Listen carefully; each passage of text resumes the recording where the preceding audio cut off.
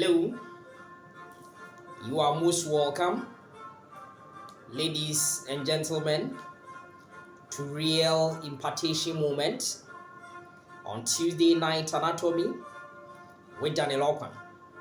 Today's section, we continue from where we ended during our previous meeting. Yes, we're looking at the various important events that take place during the third week of intrauterine life. We got to know that the main thing setting the pace, in the third week of intrauterine life was the formation of the definitive embryonic disc. Yes, that is what we call gastrulation. So we formed the gastrula. Now, my friends, in the latter aspect of the third week of the same intrauterine life, one thing that we find is that there's going to be something we call neurulation. Neurulation. So the gastrula got to be converted into a neurula. Okay? Yes, so in the third week of intrauterine life, fourth week of intrauterine life, even the fifth and sixth I will explain, you will see some important events, taking place. And that is something we call neurulation. Now already, if you remember, we've seen the trilaminar embryonic disc. So today, important the neurulation, we want to look at the fate of this ectoderm that we form. Remember that the trilaminar embryonic disc, yes, had the ectoderm, had the mesoderm, and of course, the endoderm. Now, I'm interested in what happens to this ectoderm, after this kind of gastrulation. And one of the important things is what we call neurulation. We want to form the neurula. And neurulation is marked by the formation of something we call the neural plate. Neural plate. My friends, yes, that's an important thing I want you to know. And yes, apart from this neural plate that we form, we also have the surface ectoderm, which will be very important in contributing, yes, to the skin. And whenever I'm talking about contribution to the skin, you know that the skin is made up of the epidermis. Now, the epidermis, is epithelial in origin. And that epithelium, of the epidermis that we are talking about, in that line of the skin, is coming from this ectoderm we've seen. But I'm trying to say that a portion of this ectoderm will be converted, to become the nervous tissue or the nervous system, essentially. And my friends, this process we are called neurulation, will set the pace for organogenesis in the body. Yes. So my friends, without wasting my time, let's look at what happens, to this ectoderm, which will be giving rise to this kind of neural plate we are talking about. So my friends, around day 16 of embryonic development, we see some population of cells of the ectoderm, proliferating and then thickening to form this guy that we are called neural plate. So this is what we have. So today we are looking at neurulation. Neurulation.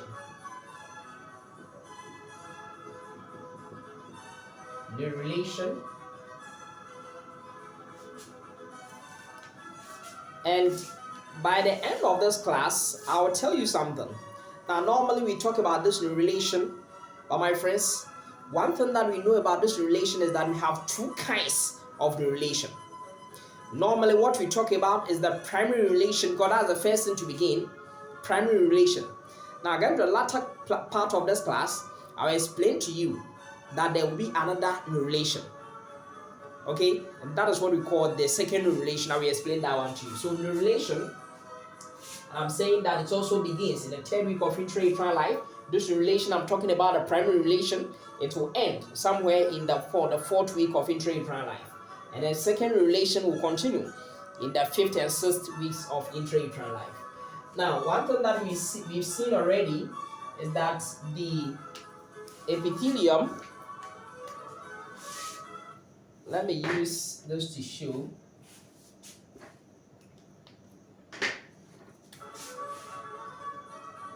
We've seen that a trilaminar embryonic disc, yes, will be having, of course, these three components.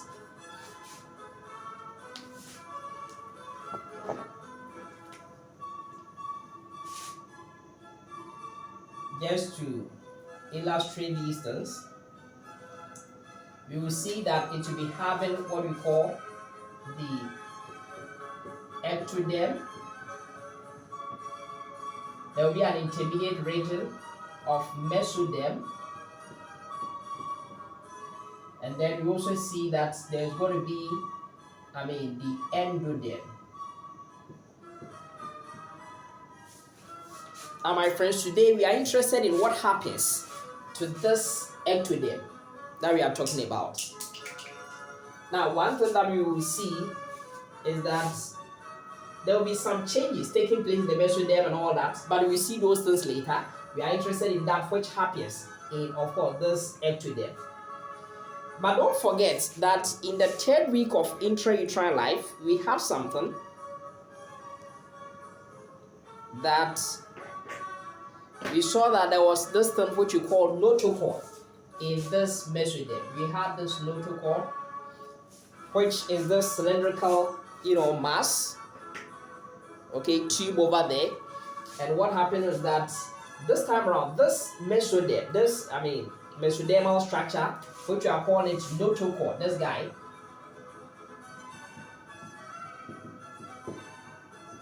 last week we saw certain things about it, but today I'm interested in telling you importantly what it's going to do to this surface ectoderm. This ectoderm we have over here.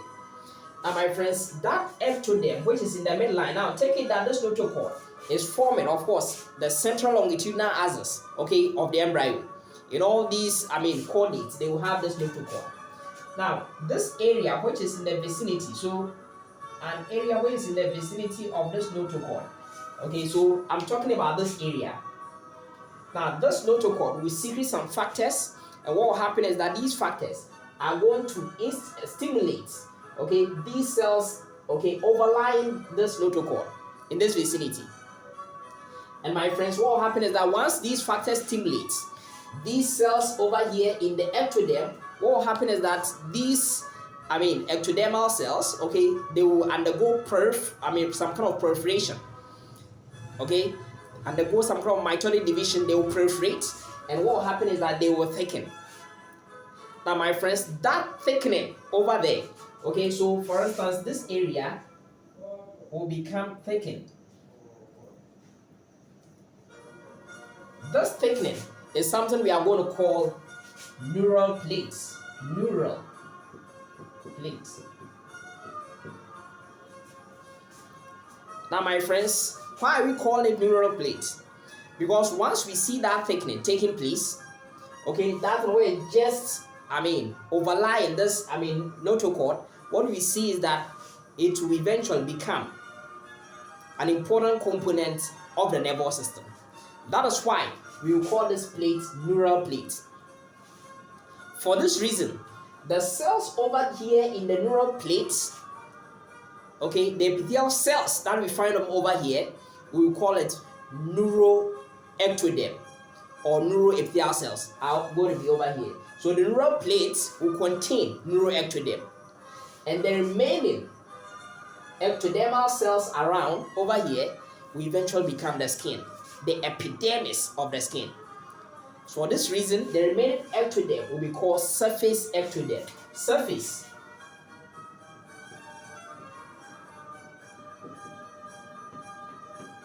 Surface ectoderm. Yes. So that is, one thing that I want you to know over here. Now, so as development continues, this one is continues to proliferate, thickening and all that. Now, what will happen is that there are some chemoattractants, produced from this kind of notochord. So what will happen is that the neural plates will begin to invaginate, dip downwards towards this notochord. You want to go towards this kind of, notochord we are talking about. For this reason, now this time around, let's just focus, on this thing over here. So this is what is going to happen. We will see that this portion, will begin to, grow in this manner. Let me just make it nicer. Now, we will see that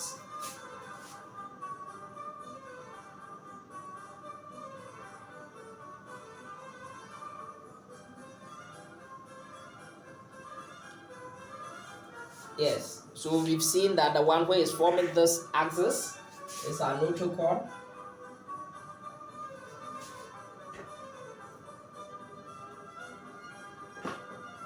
So yes, so it begins to dip downwards. It's invaginating, going into the territory where the notochord is. And so for this reason, what we see is that these things, okay, the neuroectoderm, which is the major component of this neural plate, will give rise to these folds over here. So these folds are therefore known as neural folds. Neural fold. There's one on either side. So we have these two neural folds over here. For this reason, there's that invagination is like a groove. Yes. So for this reason, this one is known as neural groove. Neural.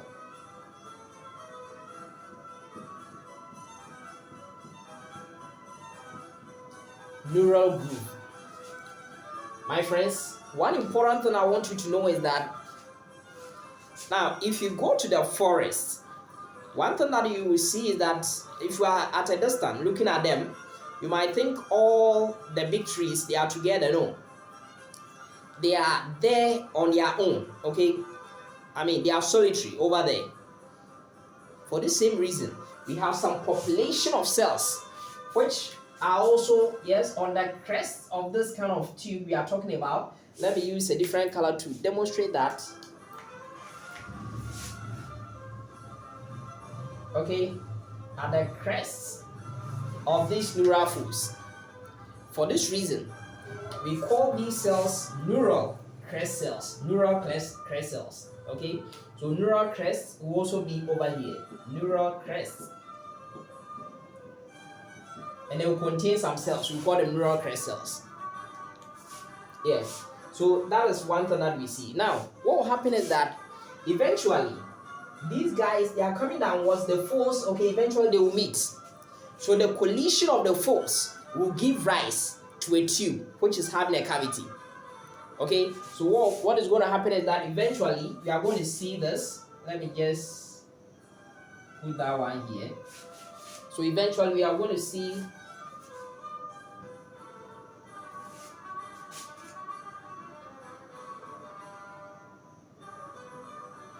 we have our notochord there.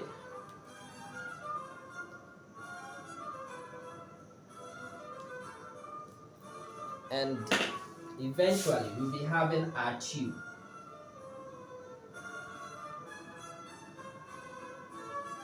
Yes.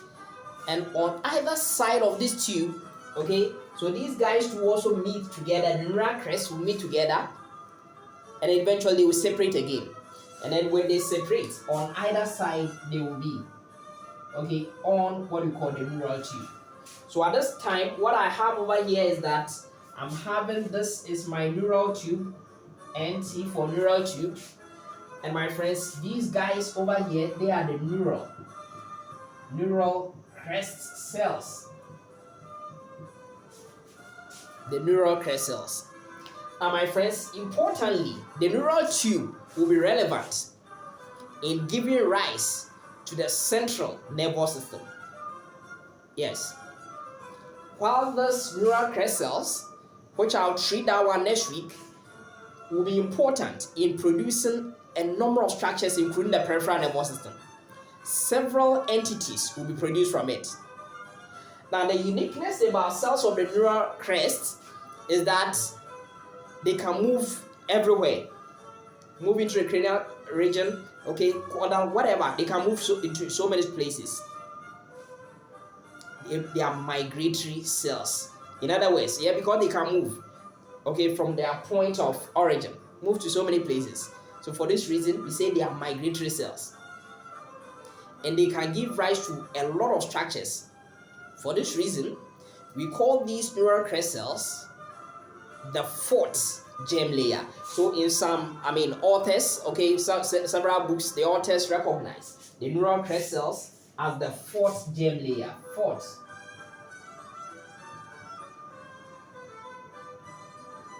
Now the question is, why is it so? Now already we saw that in the 10th week of intrauterine life, the gastrula that we saw Trilaminar, we saw ectoderm, we saw mesoderm, we saw endoderm. Even the trilaminar embryo this. But my friends, because this population of cells eventually is also coming from, of course, the ectoderm, but giving rise to a lot of structures. For this reason, we want to give it special attention. Call it the fourth germ layer. Yes, so that's what we see. So we talk about it more, the derivatives of this, neural crest cells. We will look at that one. Now, what do we see? What else do we see? We see that the epithelium, the surface epithelium, will be replenished. So the epithelium, okay, which was, at a point over here, in the middle over here, which got thickened, formed the neural plate, eventually become the neural tube, okay, by forming the neural folds and then the groove. Okay, what we see is that once we form the neural tube, what will happen is that the epithelium over here, by way of the surface ectoderm, will overgrow, okay, the region of what we call the neural tube, so that replenish the epithelium, contributing to, of course, the epidermis of the skin, epithelial lining. Yes, so that's what we see. Now, once we form this, okay, there is something that I want to tell you, okay, quickly explain that one to you. We form this neural tube, okay, now it's a tube, yes, that we formed. But I got to explain, okay, how this tube is going to close for you.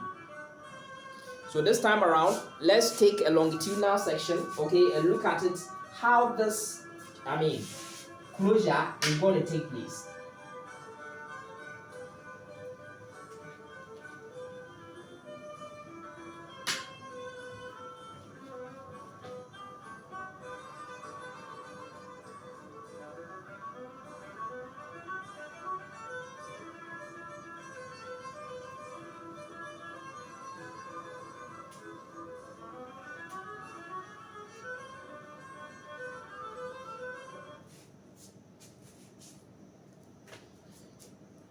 Yes, so the closure of the tube, yes, that's very important that we understand.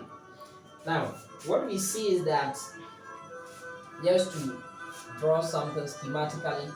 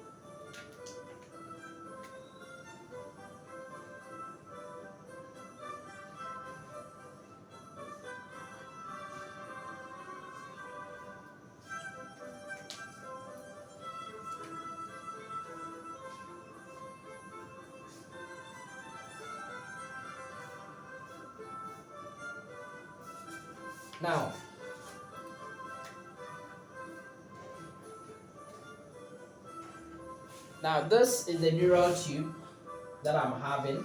Okay, so it's a tube. Now, one thing that we got to know is that for this reason, now this tube of the embryo, we have the cranial aspect and we have the caudal aspect. Okay, so this is the cranial portion, and then when I come here, so the head region is here, and then when I come here, I'm going to the tail region. Yes, that's what we see. Now, the point here is that the closure of the tube, so you saw the fold, the whole length of the embryo, remember that, where we are going to see the notochord has influenced the surface ectoderm, has taken to form the neural plate, we form the neural fold, okay, eventually form the neural tube. So how the tube will form, the closure of the folds, the fusion of the folds, okay, together is what we are interested in. Now, my friends, the fusion will begin around the cervical region. Okay, so put that important point down. That fusion of the neural folds or closure closure of the neural tube begins in the cervical region.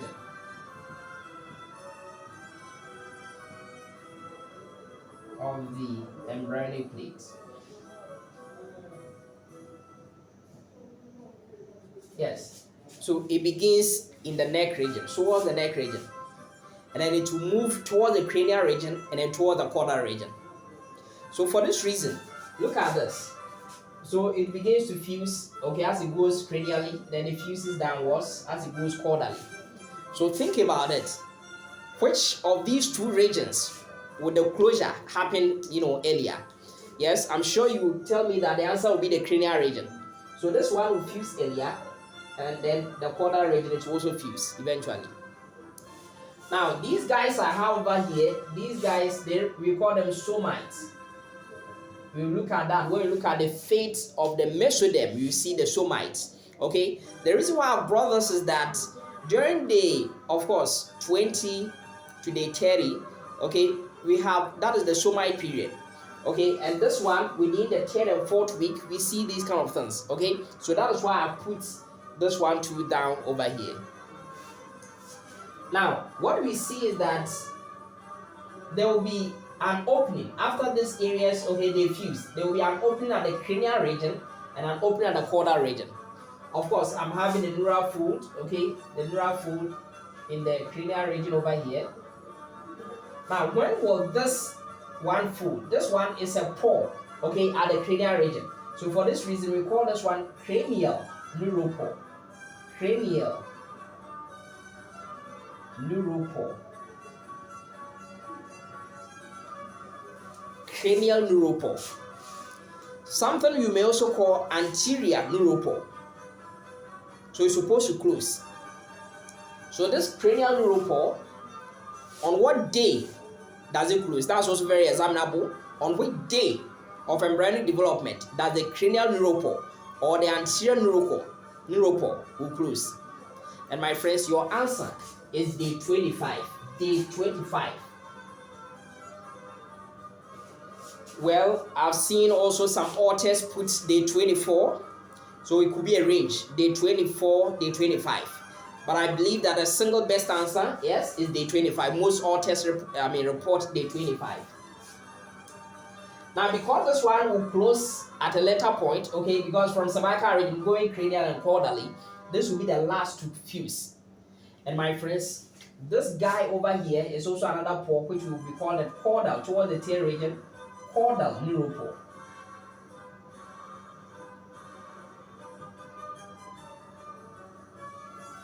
And my friends, caudal neuropore rather close on day 27.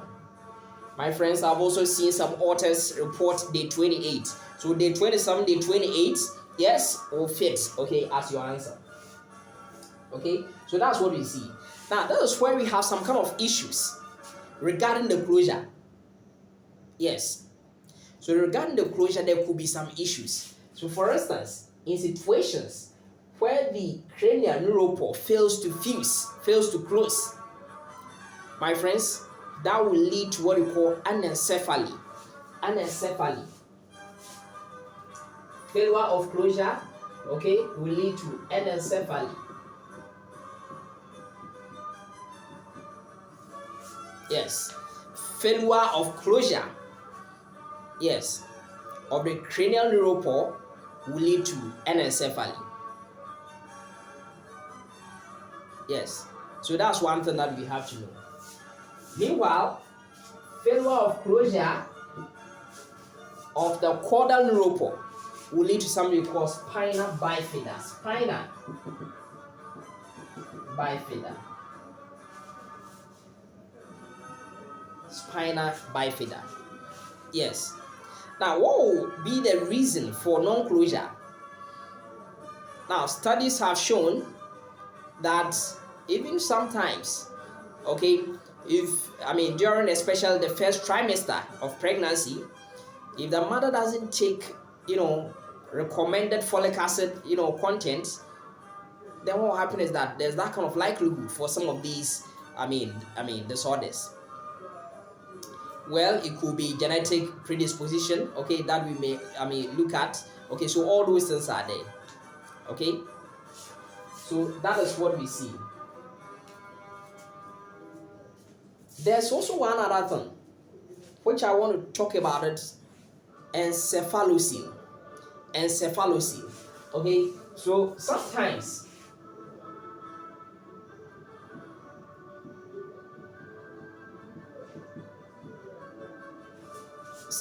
what we may see is that, yes, the cranial whatever, it will form. Okay, this kind of neuropore may fuse, but sometimes may not fuse very well, so that some of the CSF and then the brain content, okay, may shift. So you may have a child, okay. Now, in situations where, for instance, if I talk about encephalocele, let me first talk about, yes, anencephaly. In anencephaly, you may have, let's say, this is the head of the,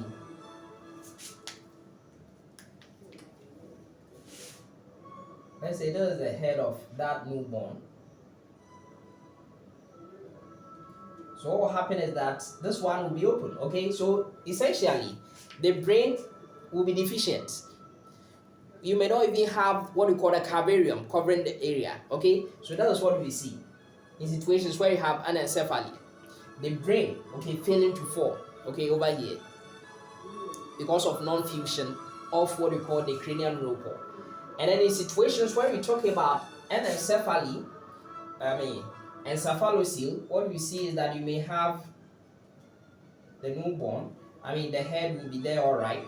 Then you may have some elements, okay, some fluid, okay, together with some brain tissue, okay, in there, okay, at the posterior aspect of the head, okay. So that is one thing. So these are some important disorders I want you to know. Well, I said the caudal neuropore will lead to spinal bifida. Now, spinal bifida, we have several, okay. So the spinal cord. Now, remember, I told you that what will happen is that this neural tube will give rise to the brain and then the spinal cord. So the cranial region will give rise to the brain, the caudal region will give rise to the spinal cord.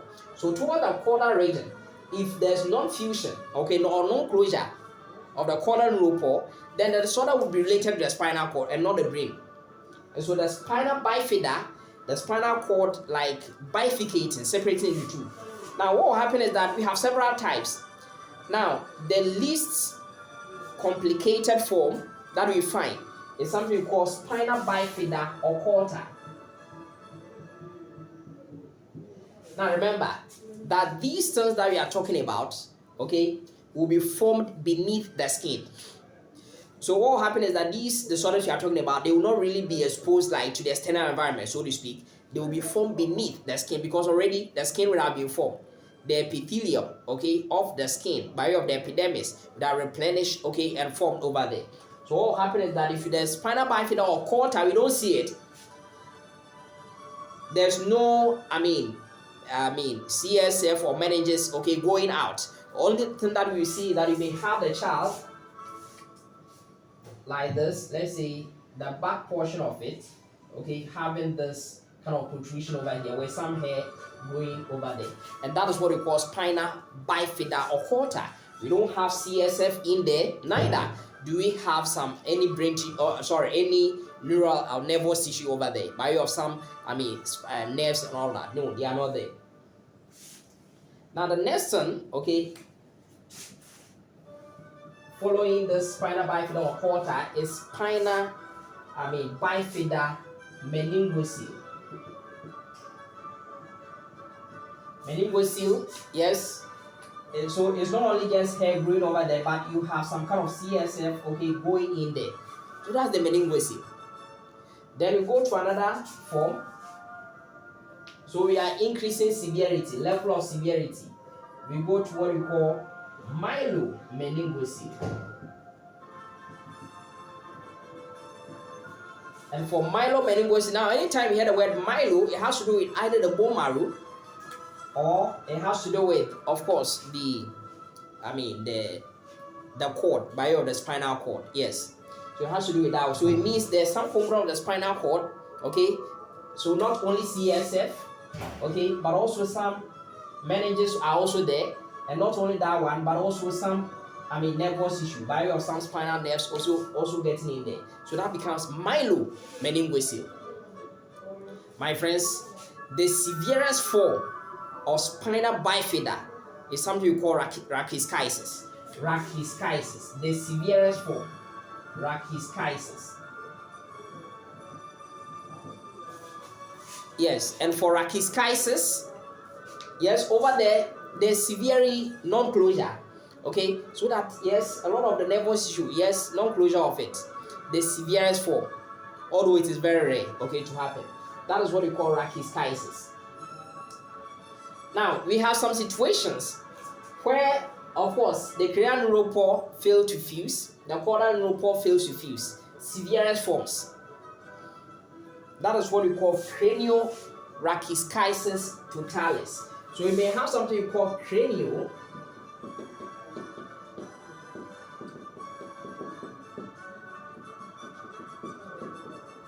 totalis. Cranial rachis totalis. So it means that entirely the brain failed to form that kind of anencephaly. There is also rachis, okay? So that the nervous tissue toward the caudal region couldn't form well, together with that of the cranial region. Yes, that's what you see. So these are the things that I want you to be aware of. Now, there's one thing too that I have to explain to you.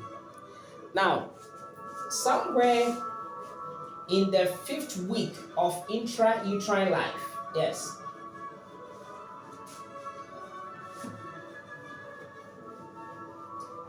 now we've seen that the closure, okay, it has taken place. It began in the cervical region, goes cranially and caudally. The pores eventually will close. Non-closure because of deficiency of some vitamins, okay, vitamin B9, folic acid. Then what will happen is that you may have some of these complications. Now, in the 5th week of intrauterine life, this neural tube that we form, okay, will be differentiated into 3 vesicles. Yes, that's for the brain, into 3 vesicles, together with the caudal region, which will give rise to the spinal cord. That's what we see. So we'll be having some kind of 3 primary vesicles.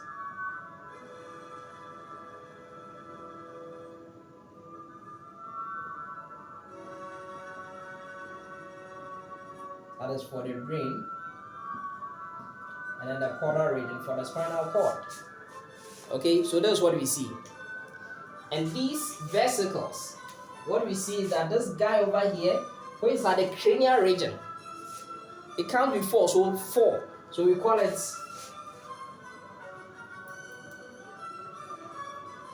prosencephalon. So that's a 4 brain. Yes. So that's the one which is giving rise to our 4 brain. And then we have the intermediate one over here, which we call a mesencephalon. And mesencephalon is the midbrain. And then we also have rhombencephalon.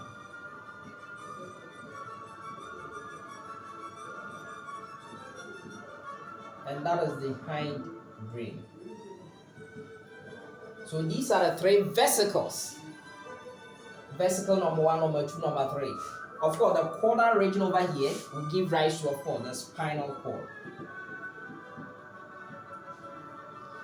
Now what we see is that getting to the latter part of the 5th week of intrauterine life, these 3 vesicles, which we call them primary vesicles, because at the end of the day, they will give rise to another group of vesicles, which are definitive vesicles. For this reason, we call them secondary vesicles. So secondary vesicles will form from these guys.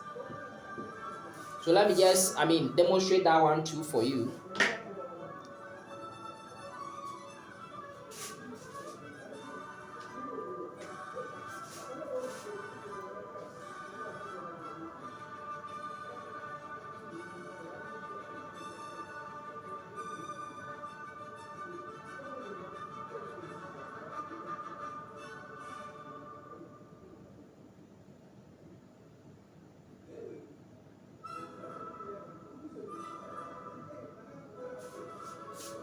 So eventually, what is going to happen is that the primary vesicles will give rise to secondary vesicles.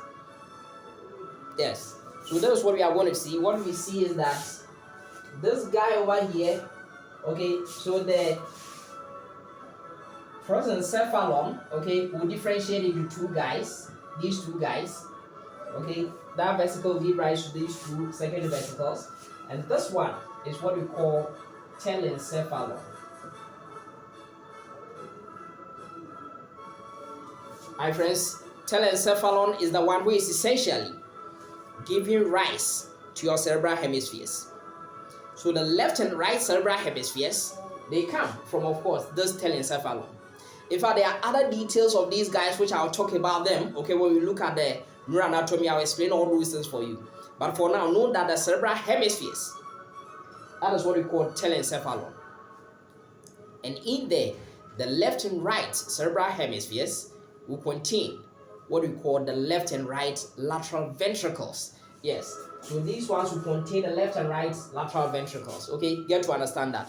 Where of course CSF will flow after it's been produced. Okay, that's what we see. Then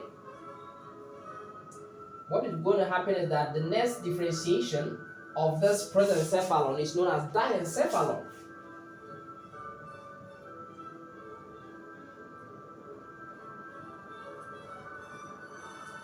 And my friends, diencephalon is the one which will give rise to the thalami family. So you have the thalamus, okay, you have epithalamus, you have hypothalamus, you have subthalamus. Okay, so all those things, okay, will also be there. And I'm pretty sure you know that between, of course, the thalamus and hypothalamus, there's also another ventricle. That will be the third ventricle, because already the cerebral hemispheres, okay, by way of the telencephalon have, taking care of the left and right lateral ventricles, two of them taken care of. So the third ventricle is in, of course, the diencephalon. Then, of course, we go to, of course, this guy which stays alone. It doesn't change, so there's no change. So mesencephalon, okay, doesn't differentiate. The primary vesicle mesencephalon remains the same. It doesn't change. Unlike the primary prosencephalon differentiating into telencephalon, of course, diencephalon. No, this one remains the same. However, in the case of robincephalon, what we see is that we get metencephalon. Yes. And then, of course, we also get myelencephalon.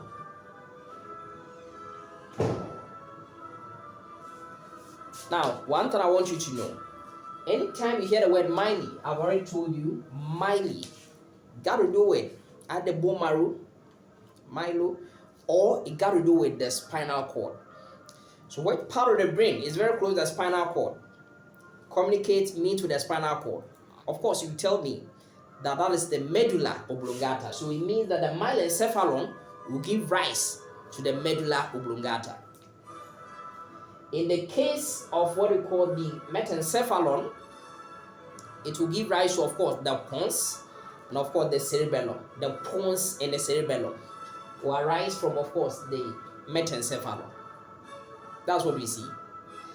Let me just go back a bit and tell you that there will be that kind of communicate. Now, what will happen is that these, what we call the CSF have to flow, okay, from this, the area where you have the diencephalon by way of the third ventricle, come into, of course, the area between the metencephalon and myelencephalon. Over here, what we find over here is that there's that communicating thing. We don't have a ventricle over here, but there's something called aqueduct.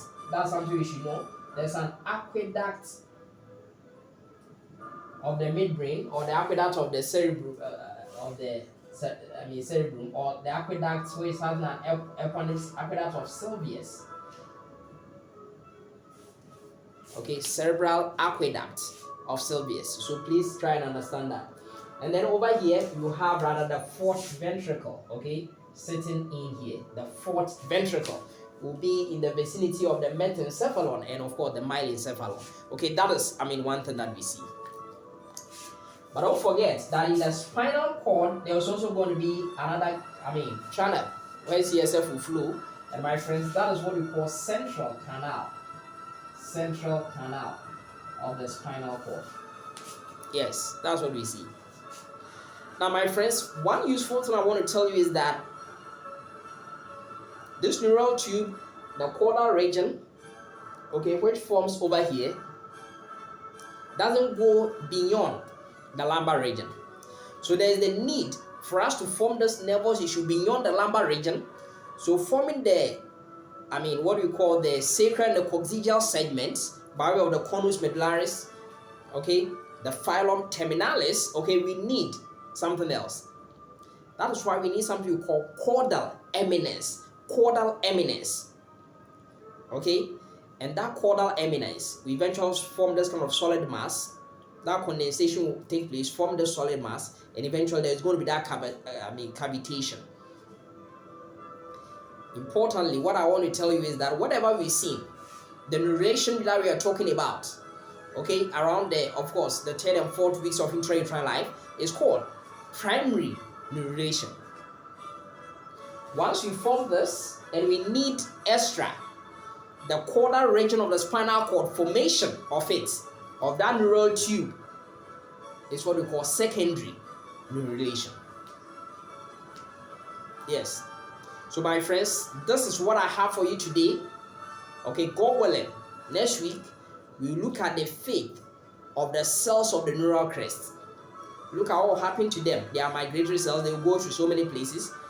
We have the neural derivatives, the mesenchymal derivatives. We see all of them. So my friends, I hope you find this meeting helpful. I'm very grateful for your time this evening. Have a good night, all of you, and may the good Lord richly bless you. Amen.